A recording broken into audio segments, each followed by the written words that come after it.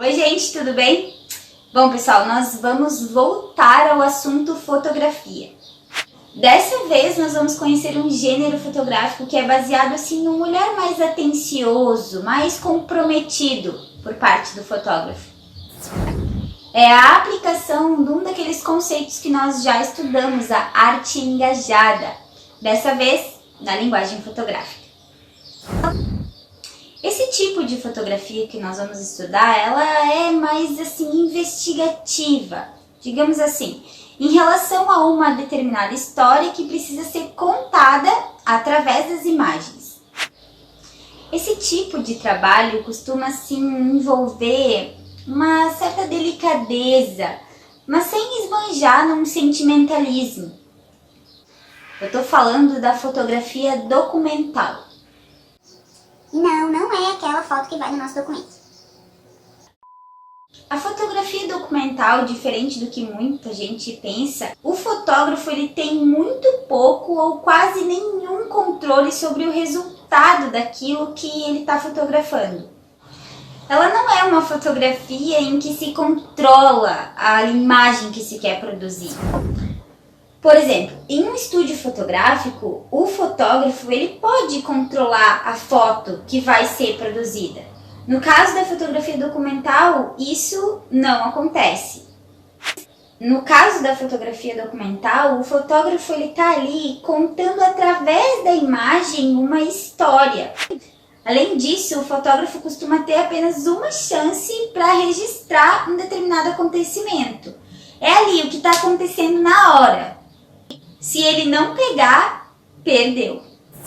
No conceito de fotografia documental, geralmente ela está ligada a algum tipo de história, ou que está escrita, ou que está sendo escrita. E o objeto, a foto, é a comunicação dessa história.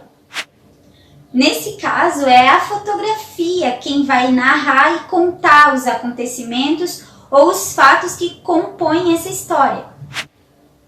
A fotografia documental, digamos que ela tem assim um olhar mais poético, interpretativo, mais elaborado em relação a um determinado assunto ou fato. Mas qual é a diferença de uma foto normal para uma foto documental? Bem simples, o resultado. O tipo fotografia documental, ele é bastante profundo, possui sempre uma função social muito relevante. Ela conta uma história de maneira assim espontânea, sem avisos ou sem preparativos prévios. Alguns profissionais dessa área trabalham assim de maneira, digamos que um tanto complexa. E eles desenvolvem geralmente assuntos relacionados ao desmatamento, a desigualdades e à violência. Nesse aspecto, nós vamos conhecer dois importantíssimos fotógrafos documentais. Você acha que trabalhar com fotografia é moleza, é fácil, é tranquilo? Se enganou. Provavelmente você não deva conhecer o trabalho do fotógrafo húngaro nascido em Budapeste, Robert Capa. O Capa tornou-se um dos fotógrafos mais conhecidos e respeitados do mundo porque cobriu muitas guerras. Ele cobriu inúmeros conflitos armados na primeira metade do século passado. A Guerra Civil Espanhola, a Guerra da Indochina, a Segunda Guerra Mundial e muitas guerras do mundo árabe. Podemos dizer que quase nada passou desapercebido pelo olhar e pelas lentes do Roberto Capa. Capa iniciou a sua carreira profissional em 1931. Morador de Berlim, na Alemanha, o Capa deixou a cidade quando o nazismo começou a ser difundido por toda a Alemanha. Foi aí que ele se mudou para Viena, na Austrália. Errou! E depois para Paris, na França. Nesse período, o jovem húngaro, originalmente batizado com o nome de Endre Emon Friedman, esses nomes alemão, se transforma em Robert Capa.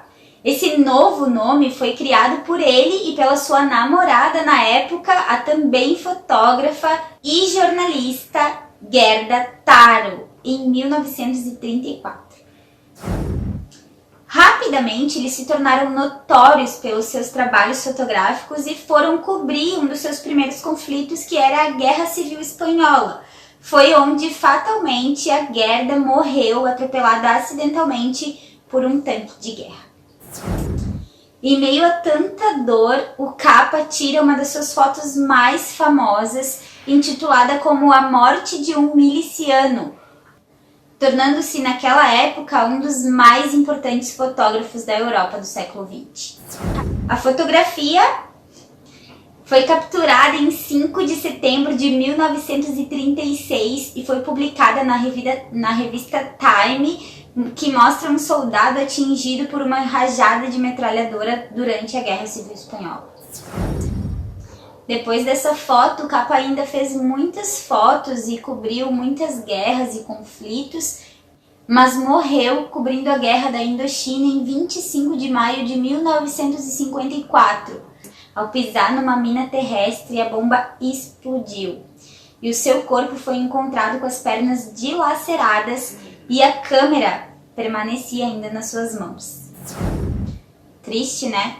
Um trabalho nada fácil que narrou acontecimentos históricos muito importantes.